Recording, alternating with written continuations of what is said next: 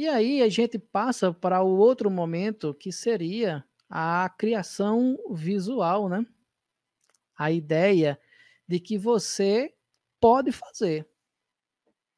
Muita gente tem medo quando chega nesse momento porque acha que é difícil, que não tem criatividade e acaba esquecendo que toda criança e apenas nós crescemos, mas é extremamente criativo, que gosta de brincar com as tintas, de sujar as mãos, como está nessa foto, de criar coisas novas, de pensar coisas que a gente adulto fica imaginando de onde foi que ela tirou essa ideia. E assim também pode ser no nosso dia a dia, você não pode deixar a sua criança morrer. E aí você pode sim fazer a criação visual do seu material gráfico, dos slides, você pode começar a construir uma nova habilidade.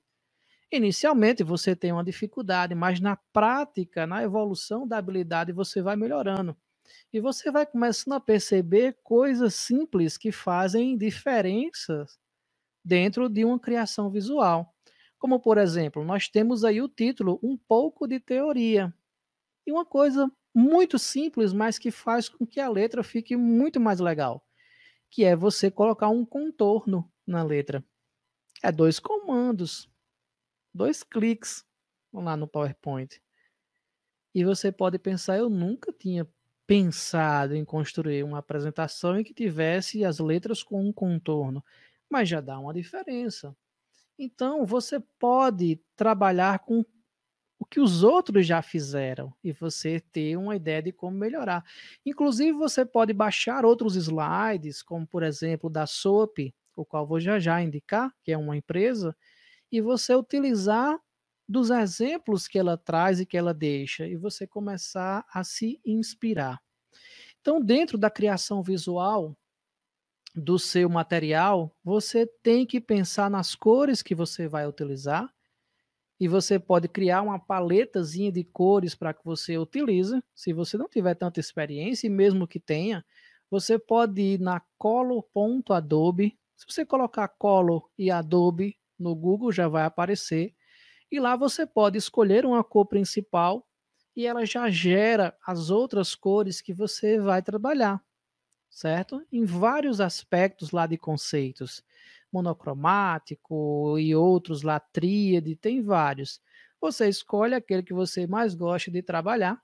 Eu fiz isso para essa apresentação e você vai fazer uma apresentação melhor.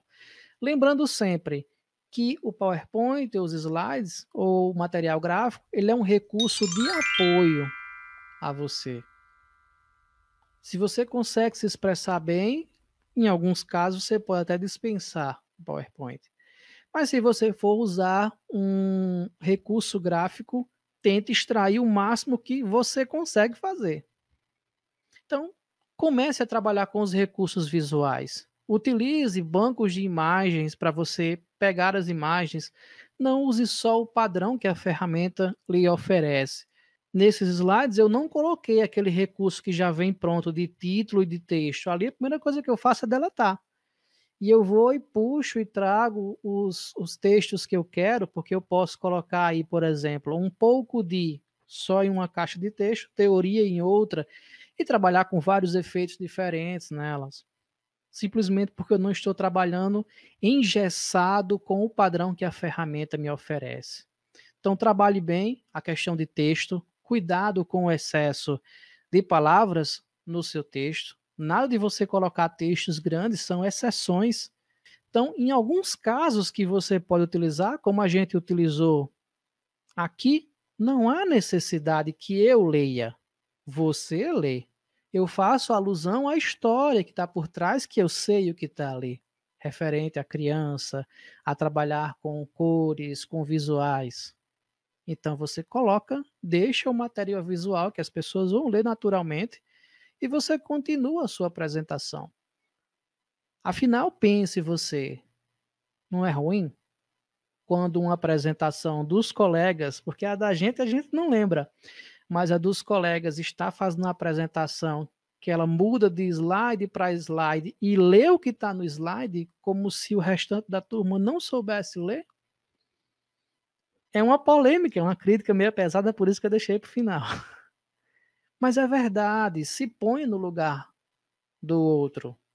Então faça algo diferente. Inove. E os bullet points, que são os tópicos, né? É chamado de bullet points. Os tópicos, não mais do que 5 por slide. 5 eu já acho muito. 4 no máximo. Não tem por que você utilizar. Você precisa de letras grandes. Porque é um apoio textual, é um apoio gráfico. Não é para você tomar como leitura. E aí, ainda na criação visual, tenha cuidado com o uso de dados, gráficos e tabelas. Inove, você pode trazer o modelo do PowerPoint, mas você pode construir as tabelas, os dados, os gráficos em outro software e trazer apenas a imagem, o que vai transformar aquilo novo para quem está assistindo.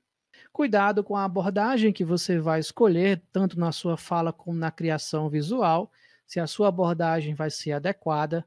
Aqui eu tentei colocar numa abordagem que ficasse bem para pessoas mais novas, para pessoas mais velhas, um pouquinho, como eu, e não ficasse tão distante, nem para um nem para outro. E talvez eu não tenha nem conseguido atingir esse objetivo, mas mesmo assim se preocupe com a abordagem, porque se é um trabalho acadêmico de um congresso, você vai ter que ter uma abordagem às vezes mais formal, em outras situações mais informal.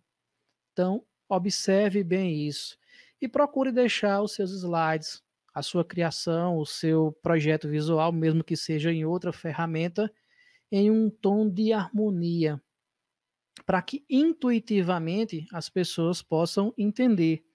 Eu não sei se vocês observaram, deixa eu voltar aqui os slides, mas que essa pessoa, ela está saindo da tela.